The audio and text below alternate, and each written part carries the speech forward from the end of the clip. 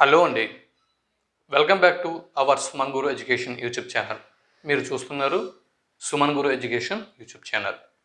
ముందుగా ఈ వీడియో మీద క్లిక్ చేసిన మిత్రులందరికీ కూడా నా స్పెషల్ థ్యాంక్స్ని తెలుపుకుంటున్నాను.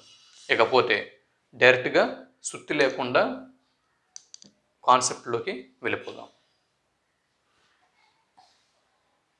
గత వీడియోలో మనం ఏం తెలుసుకున్నాం? పద్యపరిమళం, ఆంధ్రప్రదేశ్ తెలుగు వాచకం పద్యపరిమళం, తెలంగాణ తెలుగు వాచకం సింగిడి 2. ఈ 2 తెలుగు వాచకాలని తీసుకొని ఇందులో ఉన్నటువంటి 12 పాఠ్యాంశాలు, అలాగే ఈ తెలుగు వాచకంలో ఉన్నటువంటి 12 పాఠ్యాంశాలు, వాటి యొక్క వరుస క్రమం, మరియు దీంతో పాటు ఆ పాఠ్యాంశాలు రచించినటువంటి కవులు, కవయిత్రులు లేదా రచయితలు వీటి గురించి ఇంతకు ముందు వీడియోలో మనం మాట్లాడడం జరిగింది. ఇప్పుడు ఈ వీడియోలో మనం అదే 10వ తరగతి తెలుగు వాచకంని తీసుకొని పద్యపరిమళం, ఆంధ్రప్రదేశ్లో పద్యపరిమళం, తెలంగాణలో సింగిడి 2, ఈ 2 తెలుగు వాచకాల్లో ఈ 12 పాఠ్యాంశాలు, ఎక్కడ 12 పాఠ్యాంశాలు, ఎక్కడ 12 పాఠ్యాంశాలు, వీటిని 3 విభాగాలుగా విభజించుకొని ఏ పాఠ్యాంశం ఏ సాహిత్య ప్రక్రియకి చెందుతుంది అన్న విషయంని ఇప్పుడు మనం తెలుసుకునే ప్రయత్నం చేద్దాం. ముందుగా ఆంధ్రప్రదేశ్ విషయానికి వద్దాం. పద్యపరిమళం తెలుగు వాచకంలోకి వద్దాం. ఇప్పుడు మరొకసారి చెప్పండి పాఠ్యాంశాల యొక్క వరుస క్రమం ఏంటి? ముందు ప్రత్యక్ష దైవాలు. మొదటి పాఠ్యభాగం ఏంటండి? ప్రత్యక్ష దైవాలు పాఠ్యభాగం కవి ఎర్రన గారు. మరి ప్రత్యక్ష దైవాలు అనేది ఏ సాహిత్య ప్రక్రియకి చెందుతుంది? జవాబు ఇతిహాసము అన్న సాహిత్య ప్రక్రియకి చెందుతుంది. ఇతిహాసము.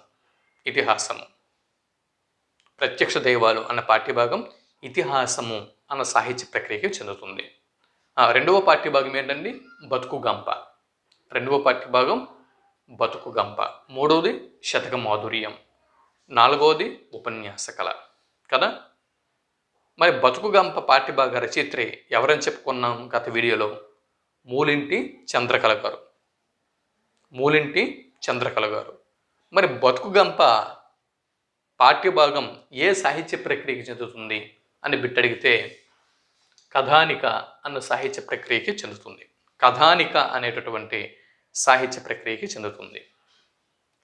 మూడవ పాఠ్యభాగం శతక మాధుర్యం. వివిధ శతక కవులు మనం తర్వాత వాటి గురించి తెలుసుకుందాం. వారి జాబితా, ఇక్కడ శతక కవులు జాబితా, ఇక్కడ ఉన్నటువంటి శతక కవుల జాబితా, ఇవన్నీ కూడా ఒకే చోటేస్తాను. జస్ట్ వింటూ ఉండండి. అయితే ఇప్పుడు మూలింటి చంద్రకళ గారు అయిపోయింది. 3 శతక మాధుర్యం. ఇది ఏ సాహిత్య ప్రక్రియకి చెందుతుంది? శతకము అన్న సాహిత్య ప్రక్రియకి చెందుతుంది. 4వ పాఠ్యభాగం ఉపన్యాస కళ పాఠ్యభాగంని మనకి ఎవరు అందించారు? ఏమని చెప్పుకున్నాం గత వీడియో చూసిన వాళ్ళు చెప్పండి. వాసిరెడ్డి సీతాదేవి గారు. అవునా? మరి వాసిరెడ్డి సీతాదేవి గారు అందించినటువంటి పాఠ్యభాగము ఇక్కడ ఉపన్యాస కళ. ఇది ఏ సాహిత్య ప్రక్రియకి చెందుతుంది అంటే వ్యాసం అన్న సాహిత్య ప్రక్రియకి చెందుతుంది. వ్యాసము అనేటటువంటి సాహిత్య ప్రక్రియకి చెందుతుంది. ఇప్పుడు చెప్పండి. మొదటిది ఇతిహాసం, ప్రత్యక్ష దైవాలు ఇతిహాసం. దాని తర్వాత బతుకు గంప కథానిక, శతక మాధుర్యం శతకం, ఇకపోతే ఉపన్యాస కళ వ్యాసం. అవునా? ఇతిహాసము కథానిక, శతకము మరియు వ్యాసం. ఇవి ఒక్కొక్క పాఠ్యాంశం ఒక్కొక్క సాహిత్య ప్రక్రియకి చెందుతుంది. మొదటి 4 పాఠాలు క్లియర్గా ఉన్నాం. తర్వాత 5, 6, 7, 8 ఈ 4 పాఠ్యాంశాల గురించి ఇప్పుడు మనం పరిశీలన చేద్దాం.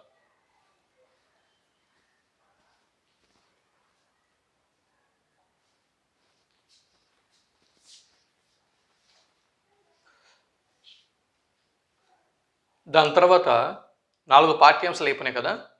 ఇప్పుడు 5, 6, 7, 8 ఈ పాఠ్యాంశాల వరుస క్రమం ఒకసారి ఇప్పుడు చెప్పండి. మీకు గుర్తుందా? పాఠ్యాంశాల వరుస క్రమం ఒకసారి కళ్ళు మూసుకొని ఒకసారి మననం చేసుకోండి. జలియన్వాలా బాగ్, ప్రకృతి సందేశం, జలియన్వాలా బాగు, ప్రకృతి సందేశము, తర్వాత చేజారిన బాల్యము, జీవని. చేజారిన బాల్యము మరియు జీవని.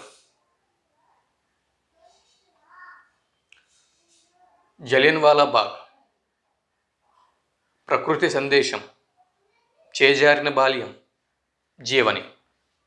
ఓకే, ఇప్పుడు జలియన్వాలా బాగ్ ఈ పాఠ్యభాగంని అందించిన కవి లేదా రచయిత ఎవరని చెప్పుకున్నాం గత వీడియోలో, ఇంతకుముందు వీడియోలో?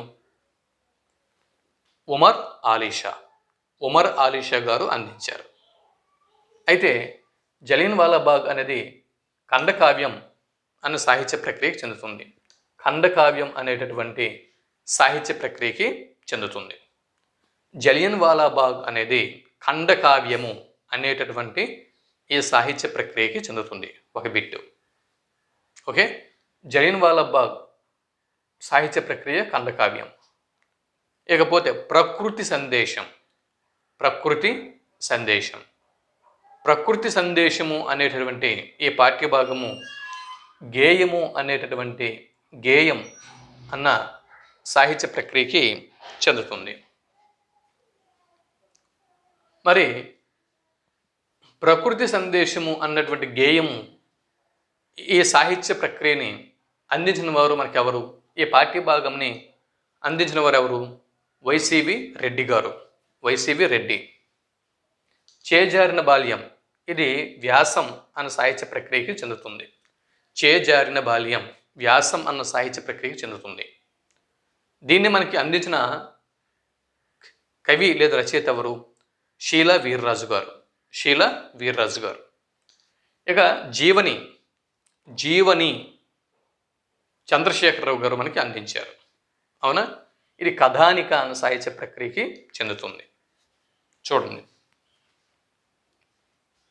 ఇక్కడ, ఇది కథానిక కాదండి, కథ అన్న సాహిత్య ప్రక్రియకి చెందుతుంది. ఇతిహాసము కథానిక, శతకము వ్యాసము, ఖండకావ్యము గేయము, వ్యాసము కథ. అవునా? వ్యాసం. ఇక్కడ వ్యాసం అంటే ఒకే సాహిత్య ప్రక్రియ ఇక్కడ 2 సార్లు వచ్చింది. ఎక్కడొక వ్యాసం అన్న సాహిత్య ప్రక్రియ వచ్చింది, ఎక్కడొక వ్యాసం అన్న సాహిత్య ప్రక్రియ వచ్చింది. వ్యాసం అన్న సాహిత్య ప్రక్రియ 2 సార్లు ఇక్కడ రావటం జరిగింది. 2 సార్లు ఇక్కడ వచ్చింది. అది ఇక్కడ. ఇకపోతే కథ. ఇక్కడ కథానిక వచ్చింది. కథానిక అనేది ఇక్కడ వచ్చింది. ఇక్కడ కథ అనేది వచ్చింది. ఇక్కడ కథ. ఇకపోతే దాని తర్వాత రాజధర్మం. రాజధర్మము పాఠ్యభాగ కవి ఎవరు? శ్రీకృష్ణదేవరాయలు అని చెప్పుకున్నాం. సో శ్రీకృష్ణదేవరాయలు ప్రబంధ యుగానికి చెందినవారు కాబట్టి ఇక్కడ ప్రబంధము అని ఈజీగా గుర్తుపెట్టుకోండి. రాజధర్మము శ్రీకృష్ణదేవరాయలు అందించారు. ఆయన ప్రబంధ యుగానికి చెందినవారు కాబట్టి ఇది ప్రబంధము అన్న సాహిత్య ప్రక్రియకు చెందుతుంది. గుర్తుపెట్టుకోండి. కన్యాశుల్కం గురజాడ అప్పారావు గారు. కన్యాశుల్కం అనగానే టక్మని ఆయన మనకి గుర్తుకు వస్తారు. ఇకపోతే ఇది నాటకం. కన్యాశుల్కం అనేది నాటకం మనకు తెలుసు. గిరీశము, మధురవాణి, రామపంతులు ఇలాంటి పాత్రల చుట్టూ ఉండేటటువంటి కన్యాశుల్కం నాటకం, గురజాడ వారి నాటకం బాగా ప్రసిద్ధిగాంచినది. దీని గురించి పరిచయం అవసరం లేదు. ఇకపోతే యుద్ధ విజేత. యుద్ధ విజేత. యుద్ధ విజేత అనేటటువంటి పాఠ్యభాగ రచయిత ఎవరని చెప్పుకున్నాము? నేతల ప్రతాప్ కుమార్ గారు కదా. యుద్ధ విజేత నేతల ప్రతాప్ కుమార్. ఇది వచన కవిత. వచన కవిత అన్న సాహిత్య ప్రక్రియకి చెందుతుంది. ఇకపోతే సూక్తి సుధ అనేటువంటి పాఠ్యభాగంని మనం తీసుకుందాం. సూక్తి సుధ చివరికి ఉన్నటువంటి పాఠ్యభాగం సూక్తి సుధ. మరి సూక్తి సుధ అన్న పాఠ్యభాగంని ఎస్ గంగప్ప గారు మనకు అందించారు. ఇది సాహితీ వ్యాసం అన్న ప్రక్రియకి చెందుతుంది. ఇదండి తెలుగు పరిమళంలో ఉన్నటువంటి ఈ తెలుగు పరిమళం నుంచి ఆంధ్రప్రదేశ్ రాష్ట్రంలో ఉన్నటువంటి తెలుగు వాచకం తెలుగు పరిమళం నుంచి 12 పాఠ్య భాగాలు. ఆ 12 పాఠ్య భాగాలు ఏ ఏ ప్రక్రియకి చెందుతాయి, వాటి యొక్క సాహిత్య ప్రక్రియలు ఇలాగ ఇచ్చాను. ఇవి మీకు మ్యాచ్ ద ఫాలోయింగ్ రూపంలో రావచ్చు. ఒకసారి బాగా ప్రాక్టీస్ చేయండి. మ్యాచ్ ద ఫాలోయింగ్ రూపంలో రావచ్చు, లేదా ఏ పాఠ్య భాగం ఏ సాహిత్య ప్రక్రియకి చెందుతుంది అని బిట్ అనేది రావచ్చు. సో బిట్ ఎలాగడిగినా కూడా మనం ఆన్సర్ చేయాలి కాబట్టి వీటిని క్షుణ్ణంగా ఒకసారి పరిశీలన చేయండి. ఇకపోతే తెలంగాణ సింగిడి 2 దానశీలము పాఠ్యభాగ రచయిత ఎవరండి? బమ్మెర పోతన గారు. దానశీలము పాఠ్యభాగ రచయిత బమ్మెర పోతన. సో బమ్మెర పోతన రచించినటువంటి గ్రంథము భాగవతము, శ్రీమదాంధ్ర మహాభాగవతము. భాగవతము ఏ ప్రక్రియకి చెందుతుంది? పురాణం ప్రక్రియకి చెందుతుంది. కాబట్టి పురాణం లేదా ప్రాచీన పద్యం, పురాణము లేదా ప్రాచీన పద్యము. ఇకపోతే ఎవరి భాష వాళ్లకు వినసొంపు, ఎవరి భాష వాళ్లకు వినసొంపు.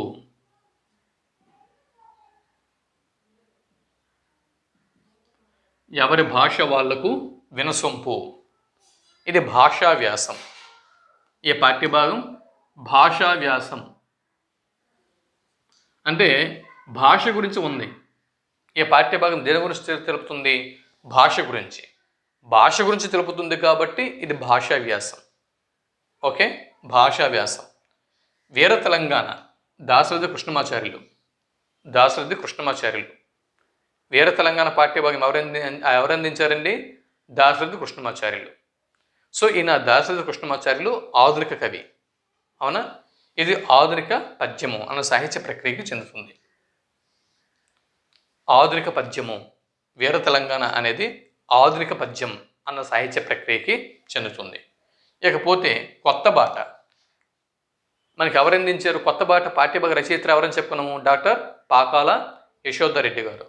సో ఇది కథానిక అన్న సాహిత్య ప్రక్రియకి చెందుతుంది. ఇకపోతే నగరగీతం మనకు ఎవరందించారు? అలిశెట్టి ప్రభాకర్ గారు. నగరగీతం ఏ సాహిత్య ప్రక్రియకి చెందుతుంది? మినీ కవిత లేదా వచన కవిత అన్న సాహిత్య ప్రక్రియకి చెందుతుంది. వచన కవిత అన్న సాహిత్య ప్రక్రియకి చెందుతుంది. భాగ్యోదయం కృష్ణస్వామి ముదిరాజు గారు మనకి అందించారు. కృష్ణస్వామి ముదిరాజు గారు అందించిన భాగ్యోదయంలో ఎవరి గురించి ఉంది? భాగ్యరెడ్డి వర్మ గారి గురించి ఉంది. అంటే కృష్ణస్వామి ముదిరాజు గారు భాగ్యరెడ్డి వర్మ గారి గురించి చెప్పారు. అంటే ఒక వ్యక్తి, ఒక మహానుభావుడు ఇంకొక మహానుభావుడు గురించి తెలుపుటను జీవిత చరిత్ర అని చెప్పి అంటారు. కాబట్టి ఇది జీవిత చరిత్ర అన్న సాహిత్య ప్రక్రియకి చెందుతుంది. శతక మధురిమ శతకము. లక్ష్యసిద్ధి సంపాదకీయ వ్యాసం. ఇక్కడ కవి లేరు అంటే ఇది ఒక వివిధ వార్తాపత్రికల్లో తెలంగాణ సిద్ధించినప్పుడు వచ్చినటువంటి వ్యాసాలని తీసుకొని సో ఈ పాఠ్యభాగం వచ్చింది కాబట్టి ఒక సంపాదకీయ వ్యాసం నుంచి వచ్చినటువంటి పాఠ్యభాగం లక్ష్యసిద్ధి. సంపాదకీయ వ్యాసం, సంపాదకీయాలు ఎక్కడ ఉంటాయి? వార్తాపత్రికల్లో ఉంటాయి. వార్తాపత్రికల్లో ఉండేటువంటి సంపాదిక వ్యాసాల్లో ఒక సంపాదకీయ వ్యాసం తీసుకుని ఈ పాఠ్యభాగంని ఇక్కడ కుదర్చడం జరిగింది. జీవన భాష్యం ఇది ఎవరు రచించారు? జీవన భాష్యం ఎవరు రచించారు? ఈ పాఠ్యభాగ రచయిత ఎవరండి? Doctor C Narayana Reddy. ఇది ఏ సాహిత్య ప్రక్రియకి చెందుతుంది? గజల్ అన్న సాహిత్య ప్రక్రియకి చెందుతుంది. అవునా? గజల్ అనగానే మన తెలుగు సాహిత్య ప్రక్రియలో అంటే తెలుగు సాహిత్యకారుల్లో మనకి ఎవరు గుర్తుకు వస్తారు? గజల్స్ అనగానే డాక్టర్ దాశరథి కృష్ణమాచార్యుల పేర్లు గుర్తుకు వస్తుంది. కృష్ణమాచార్యులు మరియు సి నారాయణ రెడ్డి గారు వీరు మనకి గుర్తుకు వస్తారు. ఇకపోతే గోల్కొండ పట్టణము అనగానే మరి గోల్కొండ పట్టణం పాఠ్యభాగ రచయిత ఎవరు? ఆదిరాజు వీరభద్రరావు. ఇది వ్యాసం. ఇది ఏ వ్యాసము? చారిత్రక వ్యాసం. ఇక్కడ కూడా 2 వ్యాసాలు వచ్చాయి. ఇది భాషా వ్యాసం, 2వ పాఠ్యభాగం భాషా వ్యాసం కాగా గోల్కొండ పట్టణము చారిత్రక వ్యాసం. అవునా? ఇక్కడ కూడా వ్యాసం 2 సార్లు వచ్చింది. ఇది భాషా వ్యాసం కాగా ఇది చారిత్రక వ్యాసం. ఇకపోతే భిక్ష అన్న పాఠ్యభాగం కావ్యం అన్న ప్రక్రియకి చెందుతుంది. భిక్ష అన్న పాఠ్యభాగం ఏ సాహిత్య ప్రక్రియకి చెందుతుంది అంటే కావ్యము. మరి భిక్షా పాఠ్యభాగం ఎవరు అందించారు? శ్రీనాథుడు. భూమిక ఈ పాఠ్యభాగం అందించిన వారు గూడూరి సీతారాం గారు. ఎవరండి? గూడూరి సీతారాం గారు. మరి ఇది పీఠిక అన్న సాహిత్య ప్రక్రియకి చెందుతుంది. ఈ పాఠ్యభాగం పీఠిక అన్న సాహిత్య ప్రక్రియకి చెందుతుంది. మరి ఈ వీడియోలో మనము 2 తెలుగు రాష్ట్రాల్లో ఉన్నటువంటి ఈ 10వ తరగతి తెలుగు వాచకం తీసుకుని వివిధ పాఠ్యాంశాలు, వివిధ పాఠాలు, 12 పాఠాలు, వాటి యొక్క సాహిత్య ప్రక్రియలు మనం ఈ వీడియోలో పూర్తి చేయడం జరిగింది. ఈ వీడియో మొదటి నుంచి చివరి వరకు పూర్తిగా చూసిన వారందరికీ కూడా నేను హృదయపూర్వకంగా ధన్యవాదాలను తెలుపుకుంటున్నాను. మరో వీడియోలో మనం ఇక్కడ ఈ పాఠ్యాంశాలు అవి ఏ ఇతివృత్తంతో వచ్చాయో, వివిధ పాఠ్యాంశాలు వాటి యొక్క ఇతివృత్తాలు అనేవి తర్వాత వీడియోలో మీ ముందుకు నేను తీసుకొని వస్తున్నాను. నమస్తే.